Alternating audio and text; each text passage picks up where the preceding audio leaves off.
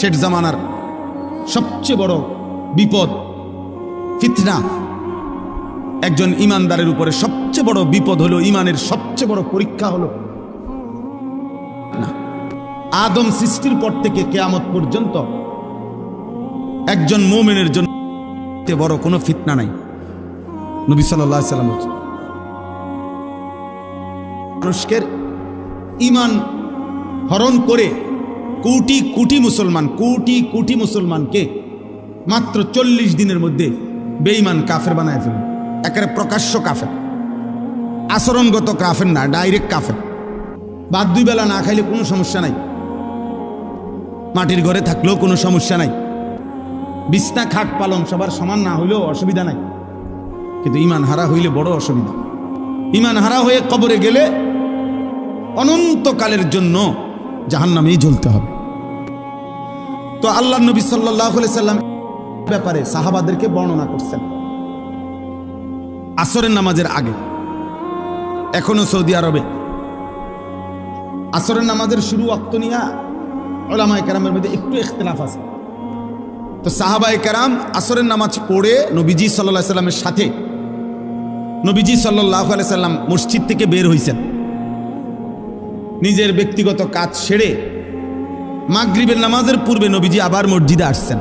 নবীজি ফিরে এসে দেখছেন ওই আসরের নামাজের আগে সাহাবাদের যাকে যেখানে দেখছিলেন বসা, সে হুবহু ওইখানেই বসে আছে। আল্লাহর নবী সাল্লাল্লাহু আলাইহি সাল্লাম অবাক হয়ে গেছে, আরে তোমরা এত লম্বা টাইম আসরের পরে বের হও নাই? সাহাবায়ে কেরাম উত্তর দিলেন, ইয়া রাসূলুল্লাহ সাল্লাল্লাহু আলাইহি সাল্লাম, আসরের নামাজের পূর্বে আপনাদের ব্যাপারে যে বয়ান করছেন এতে করে আমাদের কলিজার মধ্যে এমন ভয় ঢুকছে, মনে হচ্ছে মসজিদ থেকে বের হলেই আনটা নিয়ে নিবে। এই ভয়ে যে যেখানে আছি এখানে বসেই রইছি, মাগরিবের আজান পর্যন্ত আর উঠি নাই, ঈমানটা না নেয়। যে এখন শুনছে অথচ তারা জানে নবীজির হায়াতে হবে না, নবীজি বলছে, কিন্তু এরপরেও এতটা ভয় করছেন। জনপ্রিয়তা একটি ধোঁকা, এটা ধোঁকা। কোনো বক্তা আসলো, সবাই মিলে হুড়াহুড়ি করে দেখে গেলাম, সবাই যার যার মতো ফিরে গেলাম। প্রিয় ভাই আমার, এতে তেমন কোনো ফায়দা নাই। এটা অজব, আত্মমুগ্ধতা, তরিকতের ভাষায়, তাসাউফের ভাষায় এটা অন্তরের একটি মন্দ রোগ। আজকে যদি আমারে বাংলাদেশের 1 কোটি মানুষ না 10 কোটি মানুষ আমারে যদি চিনে, তা আমার কবর রাজাব মাত্র ফায়দা ওই এক জিনিসেই, ঈমান এবং আমল। ঈমান এবং আমল, এই জন্য বুঝাইলাম। জনপ্রিয়তা দিয়ে বক্তারও কোনো ফায়দা নাই, শ্রোতারও কোনো কি নাই ফায়দা। আল্লাহ তাআলা বলেন, তোমাদের প্রত্যেককেই কিয়ামতের দিন আমি আল্লাহর সামনে একজন একজন ফারদান আই ওয়াহিদান, আমি আল্লাহর সামনে এসে দাঁড়াতে হবে। ভাই বোনের সাথে যাবে না, বোন ভাইয়ের সাথে আসবে না, বন্ধু বন্ধুর সাথে আসবে না, বাপ সন্তানের সাথে আসবে না, সন্তান বাবার সাথে আসবে না, স্বামী স্ত্রীর সাথে আসবে না, স্ত্রী স্বামীর সাথে আসবে না। আল্লাহ তাআলা বলেন প্রত্যেকেই নিজেকে নিয়ে ব্যস্ত হবে। এক বন্ধু ব্যতীত, এক মদিনার বন্ধু ব্যতীত সমস্ত আম্বিয়ায়ে কেরামও বলবে, ইয়া রব্বি নাফসি নাফসি। হযরত ইয়াকুব আলাইহিস সালাম ওনার ছেলে ইউসুফ আলাইহিস সালামকে দেখবে কিন্তু ডাকবে না। হযরত ইব্রাহিম আলাইহিস সালাম ইসমাঈলকে দেখবে, ডাকবে না। কিতাবে আছে ইব্রাহিম আলাইহিস সালামের মতো নবী কোরআনে আছে। আল্লাহ বলছেন, আল্লাহর কাছে দোয়া করছেন ইব্রাহিম নবী, যে আয় আল্লাহ, কিয়ামতের দিন যখন সবাইকে কবর থেকে উঠাবেন সেদিন আমারে বেইজ্জতি করেন। ইব্রাহিম আলাইহিস সালামের মতো নবী বলছে, ভাইয়া তুমি কে আমি কে? মুসা আলাইহিস সালাম ওনার বোন এবং মাকে দেখবে। কিতাবে আছে মুসা নবী বলবে, লা আসআলুকাল ইয়াউমা উম্মি ওয়ালা উখতি, আয় মাওলা, মাকেও চাই না বোনকেও চাই না, আজ শুধু আমি আমাকে বাঁচাইতে চাই। জাহান্নামী বলবে, রব্বানা আখিরনা ইলা আজালিন করিব, আল্লাহর কাছে বলবে নাফরমান, যে আল্লাহ দুনিয়ায় একটু সময়ের জন্য ফেরত যেতে দেন, এবার যদি দুনিয়ায় ফিরতে পারি আপনার সব কথা মেনে নেব, আপনার রসুলের কথাগুলোও মেনে নেব। এক পূর্ণিমার রাত্রে হযরত আনাস রাদিয়াল্লাহু তাআলা আনহুর মা উম্মে সুলাইম রাদিয়াল্লাহু তাআলা আনহা নবীজির দিকে তাকাচ্ছিলেন আর পূর্ণিমার চাঁদের দিকে তাকাইতেছিলেন। নবী বললেন, উম্মে সুলাইম কি করতেছ? উপরে একবার তাকাও, নিচে একবার তাকাও, এমন করো কা?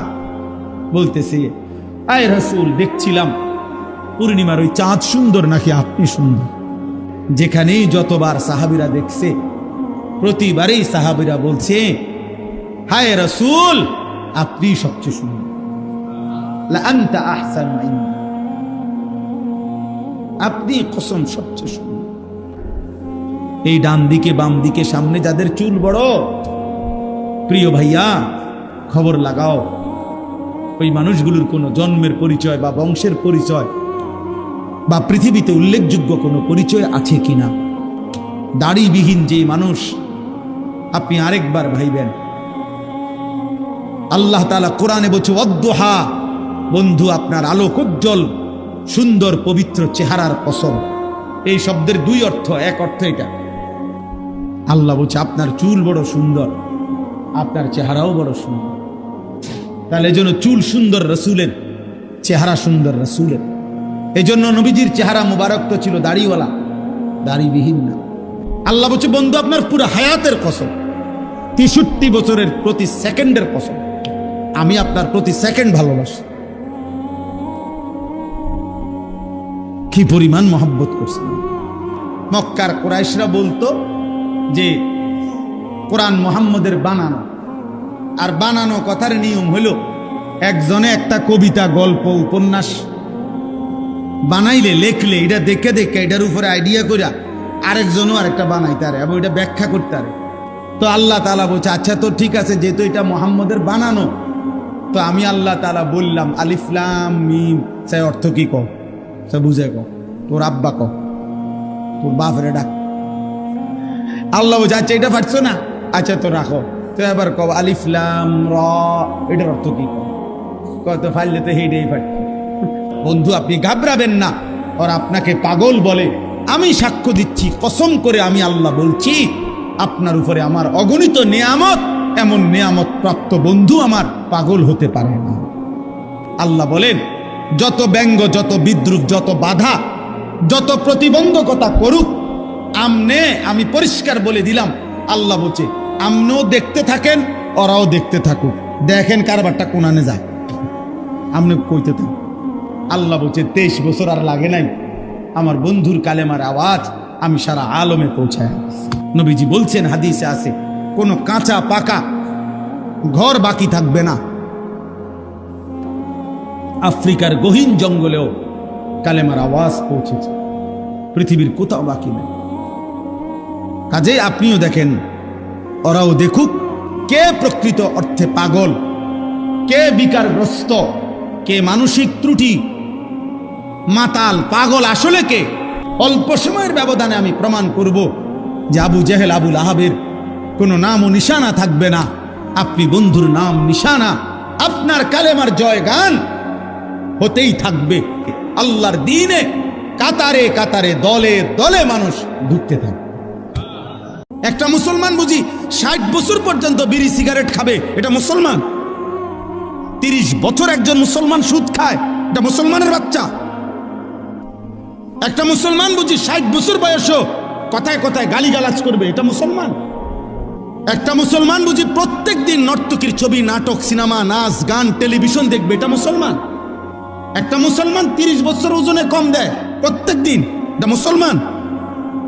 যদি মানুষ হয়ে থাকো, জানোয়ার না হও, যদি ইনসান হও, যদি মায়ের পেটে জন্ম নিয়ে থাকো, যদি কোনো মুসলমান মার দুধ খাইয়া থাকো ছেলে, তাহলে মুসলমান এত বড় নিকৃষ্ট কেমনে হয়? আমার 16 বছরের সন্তান আছে, তাইলে তোমরা যাদের বয়স 16, তুমি আমার সন্তান। 18 বছর 20 বছরের ছোট ভাই, তোকে আমি বললাম, জানতে চাইলাম তোমার কি মনে আছে মোট তোমার এই পর্যন্ত কতগুলো ফজরের নামাজ ছুটে গেছে? রাসূলুল্লাহ সাল্লাল্লাহু আলাইহি সাল্লাম স্পষ্ট বলছেন, লা ইয়াশহাদুহুমা মুনাফিকুন, এশার নামাজ এবং ফজরের নামাজে উপস্থিত হয় না কে? নবীজি পরিষ্কার বলছে, মুনাফিকুন, মুনাফিক।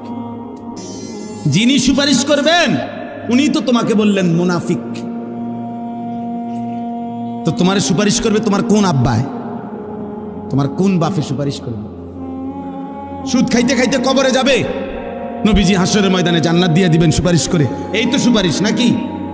কথা বলেন না কেন? এই সুপারিশ। দুনিয়াতে নাফরমান মৃত্যু পর্যন্ত বিড়ি খাইতে থাকবে, আর মরলেই হাসরের ময়দানে নবী সুপারিশ করে জান্নাত। এই তো না? তুমি যুবক নারী দেখতে দেখতে, উলঙ্গ ছবি দেখতে দেখতে, আরে নাফরমান বেনামাজি, এই সেজদাবিহীন কপাল নিয়ে তুমি কবরে যাইবা, আর নবী তোমারে সুপারিশ করে জান্নাত দিয়ে দিবে। এইটা নি সুপারিশের অর্থ। এই জন্য যে আল্লাহর কথা মনোযোগ দিয়ে শুনবে, চুপ থেকে শুনবে, আল্লাহ তার উপরে রহমত বর্ষণ করবে। আল্লাহ তাআলা তাকে ওই কথাগুলোর উপরে আমল করার, আনুগত্য করার, আমল করার তৌফিক দান করবে। প্রিয় ভাই, আসলে অনেক মানুষ আছে ফিরতে চায়, ফিরতে পারে না। মাঝে মাঝে মন চায় নামাজ পড়তে, সময় কুলায় না, অথবা মানসিকতাই হয় না। তো আল্লাহ তাআলার কথা যদি কেউ মনোযোগ দিয়ে শুনে, আল্লাহর ওয়াদা যে তোমার উপরে রহমত বর্ষিত হবে, মানে হলো আল্লাহ তাআলা তোমাকে আমলের তৌফিক দিবে। এটা আল্লাহর নিয়ামত। এই জন্য আল্লাহর কথা মনোযোগ দিয়ে শুনতে হবে, আজকে না, সব সময়। তো মনে করো আমারে মহব্বত করে আসছো, তো এটার মাকসাদ কি? যে উনি কোরআন সুন্নাহর কিছু কথা বলবে, এগুলো আমি শুনবো, এই নিয়তেই আসছো। তাহলে আয়সা যদি তামসা করো, তাহলে আসলা কেন ভাই? আয়সা যদি তুমি মোবাইল নিয়েই ব্যস্ত থাকো, তো আসলা কেন ভাই? এটা তো কোনো কথা না বাপ। আমি এই জন্যই বললাম, দয়া করে সমস্ত ছেলে বাবা সবার কাছে অনুরোধ, আল্লাহর কথা মনোযোগ দিয়ে শুনতে হবে। চোখের দিকে তাকাইয়া শুনলে বরকত। হাদিসে স্পষ্ট আছে, সাহাবায়ে কেরাম এভাবে আল্লাহর নবীর কথা শুনতেন। তো কোনো মোটা ডালের মধ্যে পাখি বসে, যেই ডাল নড়ে না, চিকন পাতলা ডালে, গাছের ডাল আর কি, যেটা শুধু নড়ে হালকা বাতাসেই, এটার মধ্যে পাখি বসে না। এতটাই স্থির মাথা, যে এত মনোযোগ, যেন মাথার উপরে আইসা পাখি বসছে। রাসূলুল্লাহ সাল্লাল্লাহু আলাইহি সাল্লামের কথা সাহাবায়ে কেরাম এভাবে শুনতেন, এভাবে শুনতেন। প্রতিটা মসজিদ ভাঙ্গা নতুন করে একতলা মসজিদ দোতলা করে, কোন দুঃখে? জুমার নামাজ। কথা বলে না কেন? শুধু একটাই কথা, যে জুমার মুসল্লি কি হয় না, এই জন্য কি করে দোতলা, এই জন্য তিনতলা। তাহলে মুসলমানের উপরে জুমার নামাজ শুধু ফরজ? যদি মনে করতা, দেখতা যে না, জায়গায় জায়গায় শুধু হুজুররাই ফিডা খায়, তাইলে না হয় ইসলাম ছেড়ে দিতা। ইসলাম ছাড়বা কেমনে? পরিচয় আড়াল করবা, চুল রাখছো কাফেরের মতো, জামা প্যান্ট, 18 বছর 20 বছরের ছেলে হাফ প্যান্ট পরে, মারু হাফ প্যান্ট পরে, সেইটারে ফ্যাশন মনে করছে। তোমার ভোটার আইডি কার্ড, তোমার জন্ম নিবন্ধন সনদ, তোমার টিকা কার্ড, তোমার পাসপোর্ট, ওইখানের মধ্যে তো তুমি লিখেই দিছো তোমার ধর্ম ইসলাম। পৃথিবীর যেই কোনো এয়ারপোর্টে তোমার পাসপোর্ট পাঞ্চ করলেই তো পরিচয় আসবে তুমি মুসলমান। তাইলে জামা পোশাক দিয়া যতই তুমি অন্যের সুরত ধরো না কেন, নিজের ইসলাম লুকাবা কেমন? কিন্তু দোস্ত আমার, বন্ধু, একটা ছেলে ভাইব, হয়তো একদিন মোবাইল থাকবে না, ফেসবুক থাকবে না, ইউটিউব থাকবে, থাকবেও না। ফেসবুক ইউটিউবের এখন আর বেল নাই, এর চাইতে লেটেস্ট প্রযুক্তি, এআই, চ্যাট জিপিটি, এর চাইতে অত্যাধুনিক প্রযুক্তি এখন আছে। কিন্তু তুমি মনে করো, আজকে যে তুমি রাত জেগে উলঙ্গ ছবি দেখলা, নারী দেখলা, জিনা ব্যভিচারের দৃশ্য দেখলা, নিজের হাত নিজের লজ্জাস্থানে নষ্ট করলা, এই যে গুনাহগুলো, হয়তো ফেসবুক থাকবে না, ইউটিউব থাকবে না, মোবাইল থাকবে না, কিন্তু এই গুনাহগুলো যে তোমার বাম কাঁধে আমল নামার মধ্যে ফেরেশতা লিখাইছে, এগুলো নিয়ে তো তোমার হাসরের ময়দানে দাঁড়াইতে হবে। এগুলো মুছবা কেমন? সুদখোর মিয়া, আমনেন একদিন মরে যাবেন, কিন্তু সুদের টাকার প্রতিটা গুনাহ যে ফেরেশতা লিখছে, এটা হাসরের ময়দানে মুছবেন কেমন? প্রতিটা গালি, প্রতিটা মন্দ, প্রতিটা হারাম মুছবেন কিভাবে? এই পৃথিবী হাজারবার, লক্ষবার আমাদের নবীর একটা একটা কথা প্রমাণ করেছে, পরীক্ষা করছে কাফেররাও, বেঈমানরাও, নাস্তিকরাও। কিন্তু আজকের এই মিনিট পর্যন্ত খোদার কসম পৃথিবীর কোনো বেঈমান, কাফের, নাস্তিক, মুরতাদ আমাদের নবী সাল্লাল্লাহু আলাইহি সাল্লামের জীবনের 23 বছরের 63 বছরের একটি সেকেন্ডের উপরে একটা লাল কালির দাগ এখনো বসাইতে পারে না। আমাদের নবীর জামানার থেকে আজকে পর্যন্ত 1450 বছর, 1450 বছর, 1500 বছর প্রায়। মিথ্যা কথা এতদিন চলে না। আল্লাহ তাআলা কসম করে বলছে, কসম, নবীজি যখন মক্কায় কালেমার দাওয়াত দিচ্ছিলেন, মক্কার কুরাইশরা নবীজিকে অনেকগুলো মন্দ গালি দিছে, নাউজুবিল্লাহ। এর মধ্যে একটা গালি দিত, তারা বলতো মুহাম্মদ পাগল। এত নিয়ামত যার উপরে বর্ষণ হয়, সেই বন্ধু আমার পাগল হতে পারে। আল্লাহ বলেন, বন্ধু কষ্ট সয়ে যান, গালি শুনে যান, কালেমা বলে যান, ইমানের দাওয়াত দিতে থাকেন, আপনি আপনার ফেরি করতে থাকেন। আমি আল্লাহ ওয়াদা দিচ্ছি, আপনার জন্য আমি আল্লাহ অফুরন্ত, হিসাব ছাড়া, গোনা ছাড়া আমি বিনিময় পুরস্কার রেখে দিয়েছি।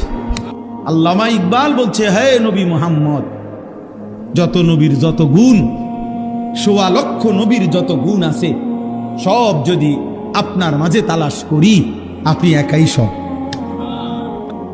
১৬ লাখ সাহাবী, তার চাইতে বেশি, হাজার হাজার রাত নবীকে দেখছে, দিনে দেখছে, সকালে দেখছে, দুপুরে, চুল খোলা দেখছে, চুল ঢাকা দেখছে, কাপড় পরা দেখছে, চাদর পরা দেখছে, চাদর খোলা দেখছে।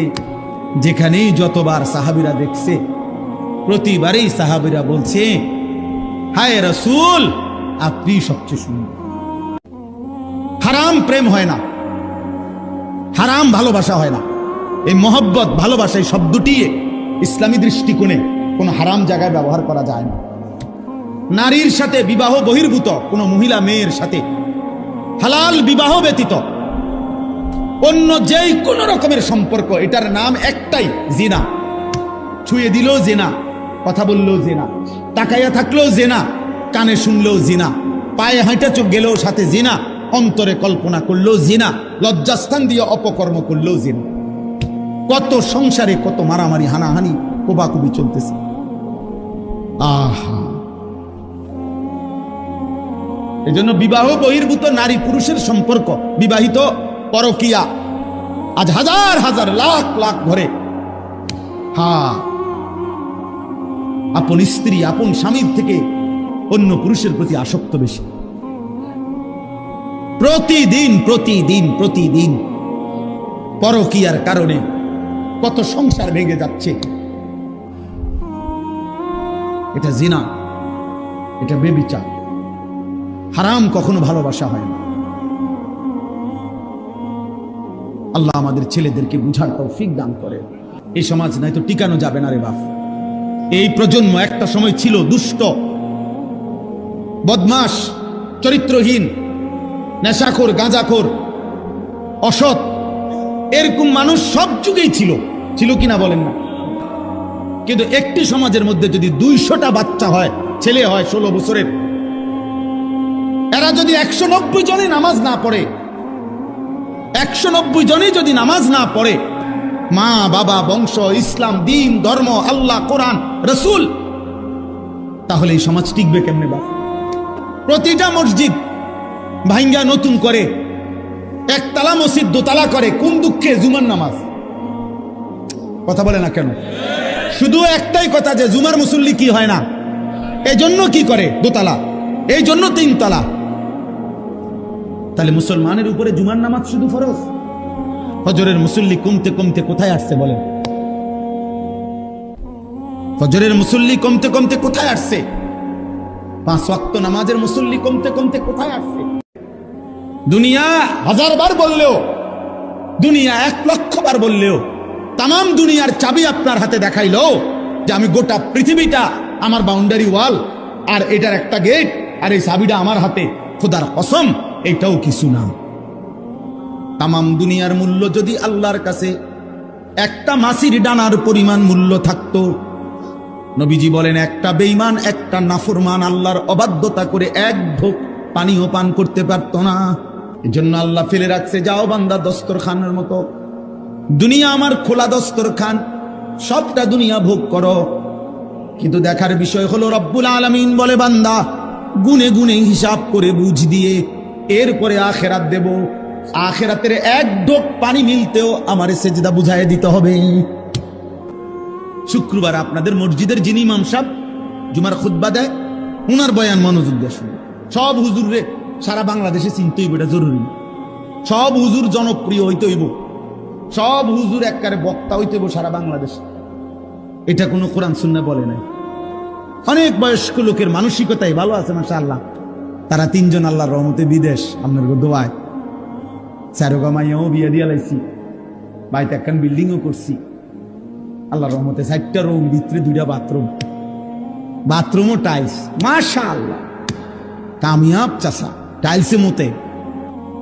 তাহলে আমরা যদি মনে করি একজন সন্তান ইটালি থাকলে যদি এত বড় সফল হন আপনি, তো যারা ইটালি জন্ম নিছে মাথা না, হেরা কি কহলটা লই আইছে, কি আর খাও তুমি আর আমি বাপ, ফাঙ্গাস আর তেলাপিয়া, ধন্যবাদ আর কাঁচামরিচ, ফার্মের মুরগা আর কক মুরগা, আর কি এই তো সামান্যটুকু খাবার। একটা আসলি মাছ, একটা আসলি মুরগি, একটা আসলি মানে আসল তরকারি, আসল জিনিসটা খুঁজে পাওয়া এখন দুষ্কর না, কঠিন কিনা বলেন না? তো আর কি ভোগ করলাম, সবই তো নকল, হাসিও নকল, কাশিও নকল। এই জন্য যুবক মনে রেখো বাপ, সিনেমার ওই নর্তকী সুখে নাই, নাটকের ওই নর্তকী সুখে নাই, রাস্তার ওই বেহায়া নারী সুখে নাই।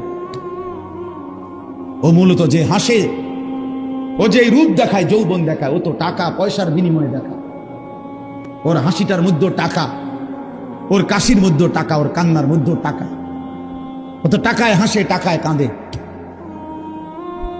400 কোটি টাকার মালিক, আমি নিজে দেখছি আমার কাছে একাকি কামরায় এভাবে কাঁদছে যে বাচ্চার মতো মন চাইছে আমিও তার লোক কিন্তু কাঁদব।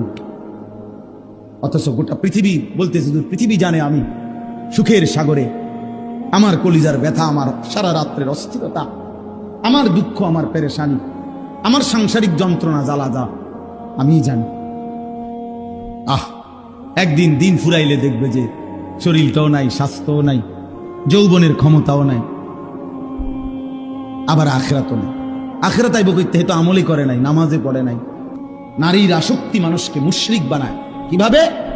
একটা পর্যায়ে সে এটাই বিশ্বাস করে দিলে আমি পৃথিবী সব ছেড়ে দিতে রাজি, জগতের আল্লাহ কি রাসূল কি বেটা দুনিয়ার মা বাপ কিচ্ছু মানি না, আমি শুধু এই নারীকেই চাই। তাহলে এই নারী, এর জন্য সে সব ছেড়ে দিল। আল্লাহ নবী সাল্লাল্লাহু আলাইহি ওয়াসাল্লাম বলছেন, লা ইয়াজনি জানি হিনা ইয়াজনি ওয়া হুয়া মুমিন। কোন ব্যক্তি যখন জিনা করে সে মুমিন থাকে না। হারাম প্রেম হয় না, হারাম ভালোবাসা হয় না। এই মহব্বত, ভালোবাসা, এই শব্দটি ইসলামী দৃষ্টিকোণে কোন হারাম জায়গায় ব্যবহার করা যায় না। নারীর সাথে বিবাহ বহির্ভূত কোন মহিলা মেয়ের সাথে হালাল বিবাহ ব্যতীত অন্য যেই কোন রকমের সম্পর্ক, এটার নাম একটাই, জিনা। ছুঁয়ে দিলেও জিনা, কথা বললেও জিনা, তাকাইয়া থাকলেও জিনা, কানে শুনলেও জিনা, পায়ে হাঁটা চোখ গেলেও সাথে জিনা, অন্তরে কল্পনা করলেও জিনা, লজ্জাস্থান দিয়ে অপকর্ম করলেও জিনা। একটা ছেলে মনে করেন 365 দিন এক বছরে কোনো দিনও ফজরের নামাজ পড়লো না, মুসলমানের বাচ্চা, মুসলমানের সন্তান, খোদার 365 দিন এভাবে আল্লাহকে ভুলে যায়, কোনোদিনও মনে পড়বে না। আল্লাহর পক্ষ থেকে মানুষের উপরে দুনিয়াতে সবচেয়ে বড় শাস্তি কি? সবচেয়ে বড় শাস্তি হলো আখিরাত ভুলে যাওয়া, আত্মভোলা, নিজের গন্তব্য, নিজের ঘর চেনে না, নিজের বাড়ি চেনে না। একজন মহিলা আজকে 20 বছর মনে করেন বেপর্দা, হায় হায় এই মহিলা কেমন ভোলা বলছে আল্লাহকে। ওর কোনোদিনও কি মনে পড়বে না যে এটা গুনাহ? কোনোদিনও ভাববে না। এটা জীবনের সবচেয়ে বড় লানত। ভাত মাছ চাল ডাল, খাদ্য খাবার, ঘুম, পেশাব পায়খানা, লজ্জাস্থানের চাহিদা, শাহওয়াত, এগুলো পূরণ হওয়া, এটা তো জন্তু জানোয়ারেরও পূরণ। তো আমি মুসলমান হিসেবে আমার আলাদা বিশেষত্ব কি তাহলে? আমি যে বলি আমি মুসলমান, আমার ভোটার আইডি কার্ডে যে লিখছি আমি যে আমার ধর্ম ইসলাম, এইটার বৈশিষ্ট্য কি? আমি যে বলি সবসময় যে আমি মুসলমান, তো এর মানে কি? ভাত খান, মুসলমান মানে ভাত খানা। আমি জমি কিনছি হুজুর আল্লাহর রহমতে, আমরা দোয়া যা 60 বছরে কুদ্দুর কুদ্দুর করে কিন না, এখন 90 শতক হয়েছে, দোয়া করেন। আর কি দোয়া করতে, মানে আরো 90 শতকে। আল্লাহ নবী সাল্লাল্লাহু আলাইহি ওয়াসাল্লাম বলছেন, মা আকালতা ফাআফনাইতা, তুমি নিজে যেটা খেয়েছো এটাই তোমার। ওমা লাবিসতা ফাআবলাইতা, যে পোশাক তুমি নিজে গায়ে দিয়েছো সেটাই তোমার। ওমা তাসাদ্দাকতা ফাআমগাইতা, যা তুমি আল্লাহর রাস্তায় সাদাকা করেছো তা তোমার কেবল এই তিনটি। লাশটুকু পর্যন্ত দাফনের সুযোগ হয় নাই, হচ্ছে না।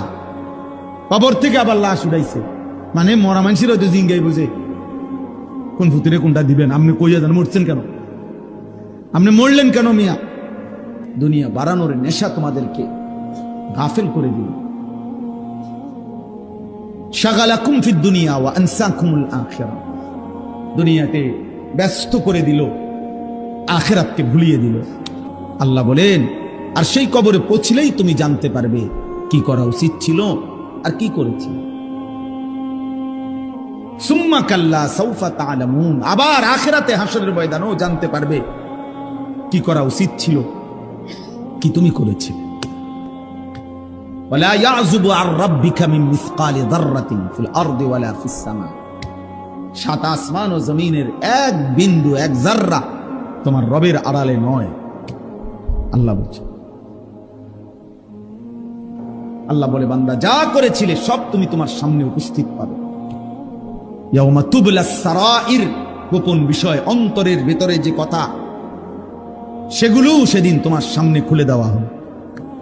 নারী দেখে, ছবি দেখে, উলঙ্গ দৃশ্য দেখে, নর্তকী দেখে, হারাম দৃশ্য দেখে কি কি ভাবছিল দিলে দিলে, আল্লাহ বলেন সেগুলো আমি খুলে দেখাবো। তোমার অন্তরের ভিতরের কথাগুলো আমি বের করে আনবো। আমি সব শুনেছি, সব জানি।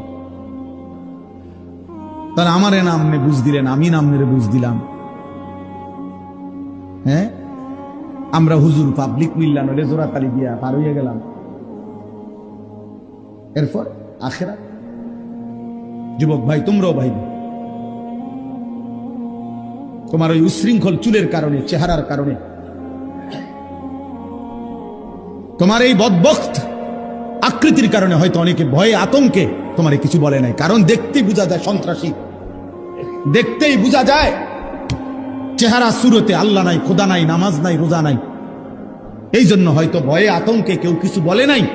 কিন্তু তুমি নাফরমান, হাসরের ময়দানে কি বলবা? হ্যাঁ, কার মেয়ে দেখে নাক কাটাও, কার নারী, মোবাইলের ওই ছবি কার? যে নারীকে সারা রাত দেখে নষ্ট হইলা, ও তো তোমার মতো কারো মা,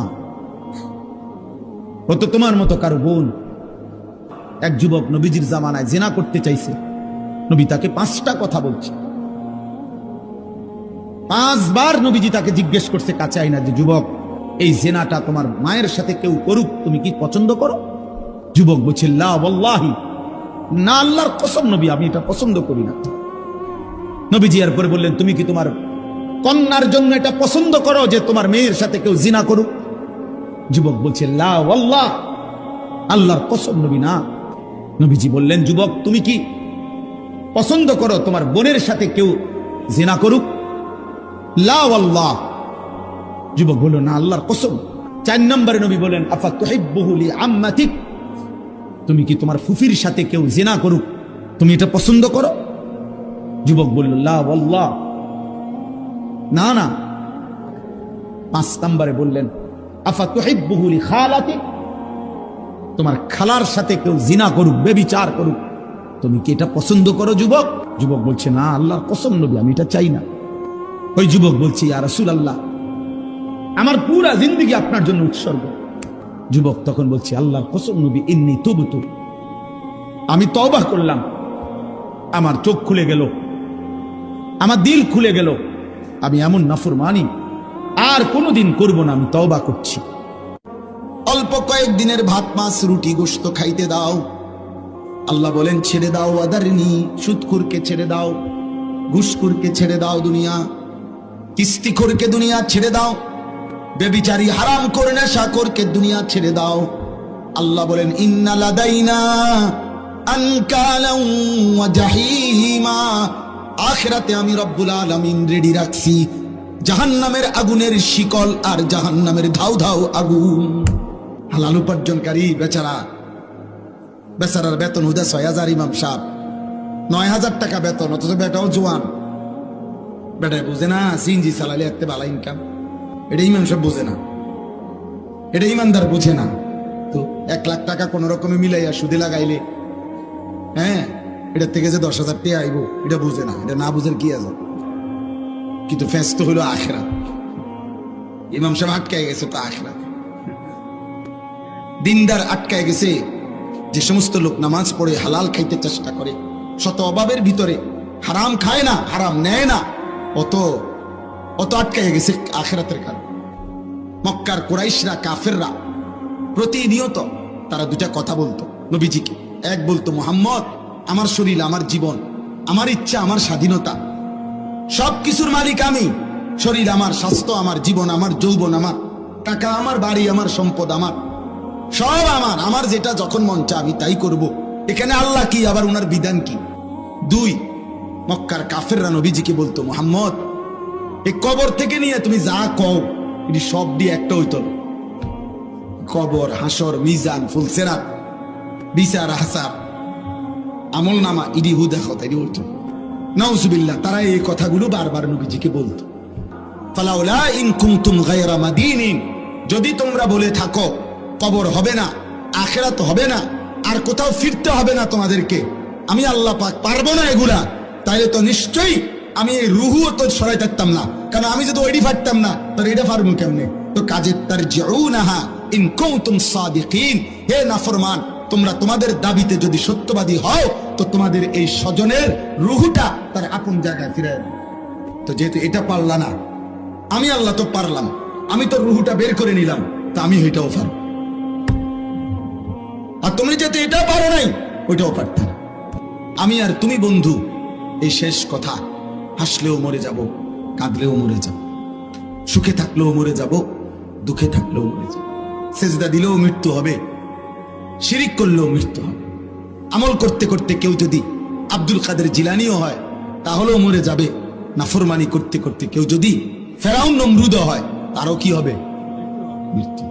হযরত ওমর ইবনে আব্দুল আজিজ, ইসলামের ৫ম খলিফা, তিনি মাঝে মাঝে কবরে গিয়া কবরস্থানের সামনে উনার আত্মীয় স্বজনদের কবরের দিকে তাকাইয়া কবরকে ডাক দিতেন, হে মৃত্যু, হে কবর, মাজা ফাআলতা বিল আহিব্বা, এই কবর আমার আপন জন করে গিয়া কি করলি রে? আমার আব্বারে কি করছো কবর বলো না, আমার দাদারে কি করছো কবর বলো না।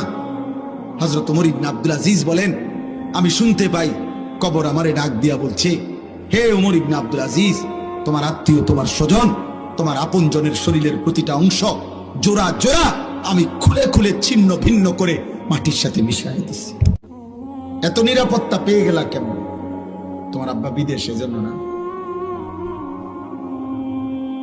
তোমার আব্বা বিদেশ মনে করছো এই জন্য না? মানে বিদেশের উপরে কোনো মুসিবত আইবে না, কথা বলে না। আমি দেখলাম তোমাকে চেহারা দেখে, মোবাইলের স্টাইল দেখে বলছি, তোমরা মানে খুব রঙের সাগরে ভাসতেছ। তোমাদের যে কোনো দিমাগ আছে বোঝা যায় না। তোমরা মনে করছো তোমার আব্বা মনে একটা মেশিনের নাম, বাপ মানে একটা মেশিন যেটা টিপ দিলে টাকা বাইর। একজন লোক সিমেন্টের বস্তা ট্রাকের থেকে গোডাউনে নিয়ে ফালাইতেছে, যে তার মাথার চুল থেকে পায়ের নখ পর্যন্ত ঘামে, আমার কাছে মনে হয় যেন বেচারা পানি ছুঁয়ে গেছে। এই পরিমাণ ঘাম তার শরীরটার মধ্যে। এক এক বস্তা সিমেন্ট, 50 কেজি সিমেন্ট। এই সিমেন্টের বস্তাটার জন্য এই লোকটার পিঠটা বাঁকা হয়ে যায়। প্রতিবার বস্তাটা ফালাইয়া সে ছোট একটা গামছা দিয়া কপালের ঘামগুলো একবার বসে, আবার আরেকটা বস্তা লেগে যায়। তাহলে 50 বস্তা যদি সিমেন্ট নামাইয়া থাকে বেচারা, 50 বার তার কোমরটা বাঁকা হয়ে গেছে। তাহলে ভাইয়া এত কষ্ট করে 500টা টাকা মিলাইয়া সারাদিনে সেখান থেকে তোমারে 200 টাকা দিছিল, তুমি সন্তান, সেই টাকা দিয়া তুমি জানোয়ারে মোবাইলে এমবি ঢুকাইয়া উলঙ্গ ছবি দেখো। তোমার মতো নিকৃষ্ট জানোয়ার আর কোনো মানুষের বাচ্চা হতে পারে? বাপে সন্তানের ভয়ে আর কোনো দিন বলে না। হয়তো দুপুর 2টার খানা বাপ মাগরিবের আগে হয়তো খায়, তবুও সন্তানরে বলে না যে তে যে পরিমাণ অসিব্য, তে যেভাবে গারফাত দেয়, থাক তারে কইও না। 1 বছর 2 বছর 4 বছরে হয়তো এমন হয়েছে কোনদিন কোন রোগাক্রান্ত হও নাই, এমন সুস্থ সবল, এমন তাজা শরীরে আল্লাহকে একটা সিজদা দিলা না? আল্লাহ নবী সাল্লাল্লাহু আলাইহি ওয়াসাল্লাম বলছেন যে ফজরের নামাজ পড়ে না সে মুনাফিক। কসম আল্লাহ, নবী বলছে সে মুনাফিক, মুনাফিক, মুনাফিক। তাহলে বাপ ওই কথা থেকে আবার ফিরে যাই তো হযরত উসমান রাদিয়াল্লাহু তাআলা আনহু এবার আব্দুল্লাহ ইবনে মাসউদকে বললেন ওই মৃত্যু সজ্জায় যে আমি আপনার জন্য একটা রাষ্ট্রীয় ভাতা পেনশনের মতো নির্ধারণ করে দিতে চাই, যাতে করে আপনার মৃত্যুর পরে আপনার সন্তানরা এটা দিয়া চলতে পারে পরিবার। হযরত আব্দুল্লাহ ইবনে মাসউদ বললেন আমার এটার কোনো প্রয়োজন নাই। হযরত ওসমান বললেন আরে আপনি তো মৃত্যুবরণ করবেন, শেষ অবস্থা আপনার বুঝতেছি আমরা, আপনার জন্য তো বলছি না, আপনার বিবি বাচ্চার জন্য বরাদ্দটা নিলে আপনার বিবি বাচ্চার উপকার হবে। হযরত আব্দুল্লাহ ইবনে মাসউদ বললেন হে ওসমান আমিরুল মুমিনিন, আমার নবী সাল্লাল্লাহু আলাইহি সাল্লাম হায়াতে থাকাকালীন আমারে এমন একটা আমল শিখায় দিয়ে গেছে যে আমল আমি আমার বিবি বাচ্চা নিয়ে নিয়মিত করি, আমার ওই আমলটাই, আমার নবীর ওই ভবিষ্যৎবাণীটাই আমার জন্য যথেষ্ট। যে আল্লাহর নবী সাল্লাল্লাহু আলাইহি সাল্লাম আমাকে বলছেন যে যে ব্যক্তি প্রত্যেক রাতে একবার সূরা ওয়াকিয়া তেলাওয়াত করবে, অভাব এবং দারিদ্রতা তাকে কোনোদিন স্পর্শ করবে না। তা আমি তো নিজেও সূরা ওয়াকিয়া পড়ি, আমার বিবি বাচ্চারাও পড়াই, তাইলে আমার সংসারে অভাব আসবে না, সেটা আমার নবী বলে গেছে। তোমার সরকারি বরাদ্দ আমার লাগবে। নবীজি বলেন আমার উম্মত যদি তোমরা আল্লাহর উপরে পুরো ভরসা করতে, একটা পাখিকে আল্লাহ যেভাবে খাওয়ায়, চড়ুই পাখি, সামান্য পাখিকে আল্লাহ তোমাদেরকে ওইভাবে রিজিক দিতেন। কিন্তু হারাম করে এটা বুঝে না, সুদ করে এটা বোঝে না। সুদ করে আল্লাহরে ডাইরেক্ট বলে আল্লাহ আমনে পারতেন না, আমনে কুলাইতে পারতেন না, আমনের কত কাম, আমনের লোকের অভাব আর নাই, আমনের ঝামেলা অনেক, আমার সুদ আমিই নেই, আমার অভাব আমি দূর করবো। এই জন্য হারামখোর, কিস্তিখোর, সুদখোর সরাসরি আল্লাহর সাথে বিদ্রোহ করে, আল্লাহরে বুড়া আঙ্গুল দেখায়। আল্লাহ বলছে বান্দা এমন খার আমি মটকায় ফেলবো নাফরমান, মনে রাখিস। দুনিয়া নাফরমানরেও খাওয়াই, কাফের বেঈমানকেও খাওয়াই, নাস্তিক মুরতাদকেও আমি দুনিয়া খাওয়াই, আমি জন্তু জানোয়ারকেও, আমি জঙ্গলের বাঘ ভাল্লুককেও খাওয়াই। কিন্তু আমি আল্লাহ মৃত্যুবরণ যেদিন করবা, চোখ যেদিন বন্ধ হবে, সেদিন থেকে অনন্তকালের আখিরাত পর্যন্ত আর কোনদিন এক ঢোক পানিও পান করতে দেব না, এক লোকমা খাবারও আর দেব না। মার চোখে পানি ঝরাইয়া তুই নাফরমান, কোনদিন সুখ দুনিয়ায় জুটবে না। যে মায়ের চোখের পানি ফেললে এতগুলো, যদি আল্লাহর কসম যদি ফিরে না আসো, মার কথা মতো আল্লাহর নাফরমানি যদি না ছাড়ো, আমি বললাম তুই পথে পথে ভিক্ষা করবে। কয়শো নজির লাগবে তোমার, কয় হাজার দলিল লাগবে। বাপেরে কষ্ট দিয়ে সুখে থাকবা। হ্যাঁ, সারাদিনে যেই বন্ধু এক ওয়াক্ত নামাজ পড়ে না, ওই বন্ধু হয়তো শয়তান। সারাদিনে মোবাইলে নারী ছাড়া, ছবি ছাড়া আর কিছু দেখে না, যে হয়তো শয়তান। নবীজি বলছে সমস্ত গুনাহ, প্রত্যেক পাপের শাস্তি আল্লাহ চাইলে নির্দিষ্ট সময় আখিরাত পর্যন্ত, হাসরের ময়দান পর্যন্ত বিলম্ব করতে পারে, কিন্তু ইল্লা আকুল ওয়ালিদাইন, খোদার কসম নবী বলছে, তবে মা বাবার নাফরমানি ব্যতীত। মা বাবারে কষ্ট দিছে, চোখের পানি ফেলছে, মা বাবার নাফরমান সন্তান, নবীজি বলছে তার মৃত্যু হবে না, তারে আল্লাহ জমিনে বেইজ্জতি না করা পর্যন্ত। মৃত্যু আমাদেরকে বরণ করতেই হবে, আমাদেরকে কিন্তু চলে যেতে হবে। আমরা স্বীকার করি বা না করি, বুঝি কিংবা না বুঝি, আমরা মরে যাব। বাপ, কিশোর ভাই, যুবক ভাই, নওজোয়ান, বয়স্ক বাবা, পর্দার আড়ালের মা বোন, আমাদেরকে চলে যেতে হবে। সূরা ওয়াকিয়া সূরাটার নাম। অনেক ফজিলতপূর্ণ কোরআন শরীফের একটা সূরা। কোরআনুল কারীমের 56 নম্বর সূরা, 27 নম্বর পারা। এই সূরার 5টা আয়াত পড়ছি আমি। মূলত এই আয়াতের মধ্যে আমি বুঝাইতেছি আপনাদেরকে, এই আয়াতের মধ্যে মূল বক্তব্য মৃত্যুকালীন একটা অবস্থা আল্লাহ তুলে ধরছে। আল্লাহ মৃত্যুকালীন, কোন মানুষের মৃত্যুকালীন অবস্থাটা একটা চিত্র তুলে ধরে আল্লাহ তাআলা নাফরমান পাপীদেরকে বুঝাইতে চাইছে এই 5টা আয়াত। আমি সেটাই বলে আমার কথা শেষ হবে ইনশাআল্লাহ। আমাদের নবী সাল্লাল্লাহু আলাইহি সাল্লাম বলছেন, যে ব্যক্তি প্রত্যেক রাত্রে একবার এই সূরা ওয়াকিয়া পাঠ করবে, নবী ওয়াদা দিছে, মান ক্বারাআ সূরাতাল ওয়াকিয়া ফি কুল্লি লাইলাতিন লাম তুসিবহু ফাকাতুন আবাদা।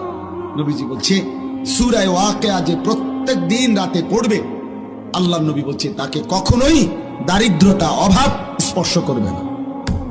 যুগ যুগ ধরে মাগরিবের পরে এই সূরা পড়া হয়। আউলিয়া বুজুর্গরা সারা পৃথিবীতে যুগ যুগ ধরে নেককার বান্দারা মাগরিবের নামাজের পরে সূরা ওয়াকিয়া পড়ে। রাসূলুল্লাহ সাল্লাল্লাহু আলাইহি সাল্লামের একজন বড় সাহাবী ছিলেন হযরত আব্দুল্লাহ ইবনে মাসউদ রাদিয়াল্লাহু তাআলা আনহু। অনেক বড় সাহাবী, জলিলুল কদর সাহাবী। নবীজির সাথে খুব বেশি যারা থাকতেন, নবীজির খাস খাদেম যারা ছিল, এর মধ্যে উনি একজন। ইসলামের 3য় খলিফা হযরত উসমান রাদিয়াল্লাহু তাআলা আনহুর জামানায় উনি ইন্তেকাল করছেন, এই সাহাবী আব্দুল্লাহ ইবনে মাসউদ। তো ইন্তেকালের পূর্বে উনি অসুস্থ ছিলেন। তো হযরত উসমান মানে খলিফা, 3য় খলিফা, উসমানের নাম শুনছেন না? উনি আসছেন এই আব্দুল্লাহ ইবনে মাসউদকে দেখার জন্য।